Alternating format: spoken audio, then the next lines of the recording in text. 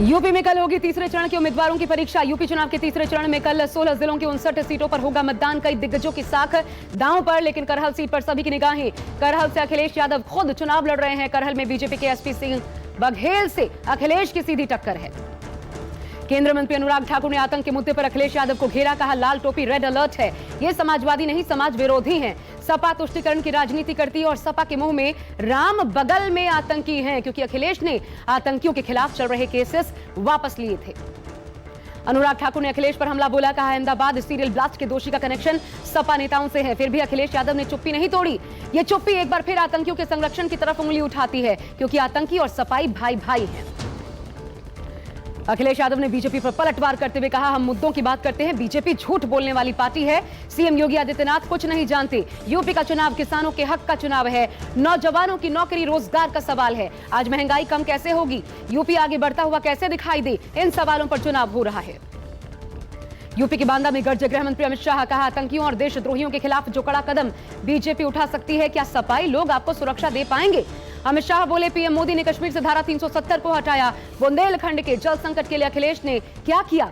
SP सरकार में 2000 किसान भूखों मर गए।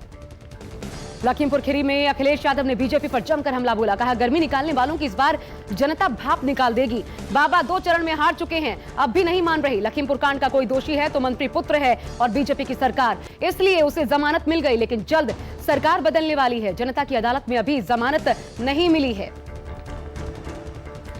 यूपी के सीतापुर में सीएम योगी आदित्यनाथ ने जनसभा की, कहा पिछले 5 साल में यूपी में कोई दंगा नहीं हुआ। जहां पहले कर्फ्यू लगता था वहां पर कांवड़ यात्रा निकल रही है। एसपी सरकार में ईद पर बिजली मिलती थी, होली दिवाली पर अंधेरा होता था। आज होली दिवाली ईद पर बिजली रहती है। यूपी के रायबरेली में प्रियंका गांधी ने जनसभा को संबोधित किया, कहा आज यूपी के हर जिले में समस्याएं ही समस्याएं हैं। सरकार का काम राशन देना नहीं, रोजगार देना है। सरकार का जो काम है योगी वो नहीं कर रहे। यूपी सरकार अपनी नाकामी मानने को तैयार नहीं। 5 साल तक योगी सरकार ने कुछ नहीं किया। चुनाव में सपा बीजेपी में बात पलटवार जारी। केंद्रीय मंत्री मुख्तार अब्बास नकवी ने सपा आरएलडी गठबंधन पर तंज कसा, कहा यूपी में जो गठबंधन है वो गठबंधन नहीं बल्कि गुनाहों की गठरी है। ये गठबंधन पानी के बुलबुले की तरह है और इसलिए चुनाव आते आते इसका खात्मा हो जाएगा। दिल्ली के सीएम अरविंद केजरीवाल के खिलाफ आरोप लगाए जाने के बाद कवि कुमार विश्वास को वाई कैटेगरी की सुरक्षा दी गई है। यह खबर सूत्रों के हवाले से है। कुमार विश्वास ने पंजाब में विधानसभा चुनाव के लिए प्रचार के दौरान केजरीवाल पर अलगाववादियों का समर्थन करने का आरोप लगाया था। इसके बाद से उन्हें धमकियां मिलने की बात कही गई थी। पंजाब में कल वोट डाले जाएंगे। आज लखनऊ में बीजेपी की बड़ी बैठक। यूपी चुनाव में बाकी बचे चरण को लेकर बीजेपी का मंथन। बैठक में गृह मंत्री अमित शाह, बीजेपी के राष्ट्रीय अध्यक्ष जेपी नड्डा भी शामिल हुए। इसके अलावा बैठक में सीएम योगी, संगठन के नेता मौजूद रहे। आगे होने वाली वोटिंग को लेकर बीजेपी अपने प्रचार को लेकर प्लानिंग कर रही है। पंजाब चुनाव से पहले पीएम मोदी ने अफगानिस्तान से भारत आए हिंदू और सिख समुदाय के लोगों से मुलाकात की। अफगानिस्तान में तालिबान की वापसी के बाद ये सभी हिंदू और सिख लोग बचकर भारत आए थे। इस दौरान अफगान से आए प्रतिनिधिमंडल ने पीएम मोदी को अफगानी साफा पहनाकर उन्हें सम्मानित किया। उपहार में तलवार भी भेंट की। पीएम मोदी ने इंदौर में बने एशिया के सबसे बड़े बायो सीएनजी प्लांट गोवर्धन का वर्चुअल तरीके से लोकार्पण किया। जल्द ही करीब 400 बसें बायो सीएनजी से चलेंगी। 15 एकड़ में फैला ये प्लांट 150 करोड़ की लागत से बना है। इस प्लांट के जरिए पर्यावरण को फायदा पहुंचेगा। पीएम मोदी ने 100 किसान ड्रोन को हरी झंडी दिखाई। ये ड्रोन किसानों की मदद करने में सक्षम है।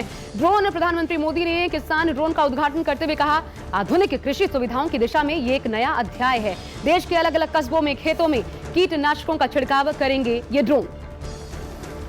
दिल्ली में एजुकेशन इंफ्रास्ट्रक्चर को बूस्टर डोज मिली। सरकारी स्कूलों को मिले 12,000 नए स्मार्ट क्लासरूम्स। मुख्यमंत्री अरविंद केजरीवाल ने 12,000 नए स्मार्ट क्लासरूम का उद्घाटन किया। इस दौरान डिप्टी सीएम और शिक्षा मंत्री मनीष सिसोदिया और स्वास्थ्य मंत्री सत्येंद्र जैन मौजूद रहे। स्मार्ट क्लास के उद्घाटन के बाद अरविंद केजरीवाल ने विपक्ष पर वार किया, कहा कई नेता मुझे आतंकवादी बोल रहे हैं। यह आतंकवादी स्कूल बनवा रहा है। यह आतंकी बाबा साहब और भगत सिंह के सपने पूरे कर रहा है। केजरीवाल बोले, अच्छे स्कूल बनेंगे तो नेताओं को जाति धर्म के नाम पर वोट नहीं मिलेगा। हम स्कूल नहीं बना रहे, हम देशभक्त बनाने के लिए कारखाने लगा रहे हैं। जम्मू कश्मीर के शोपियां में सुरक्षा बलों की आतंकियों से मुठभेड़। एनकाउंटर में एक आतंकी ढेर। गोलीबारी के दौरान 2 जवान भी शहीद। मारे गए आतंकी की पहचान अभी तक नहीं हो पाई है। पूरे इलाके में सघन सर्च अभियान जारी है। जैनापोरा इलाके में आतंकियों के मौजूद होने की जानकारी मिली थी।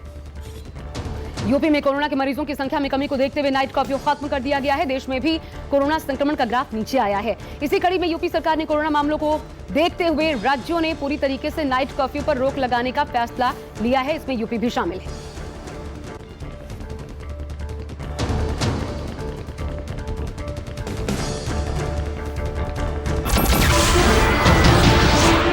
नमस्कार, मैं हूं मानक गुप्ता।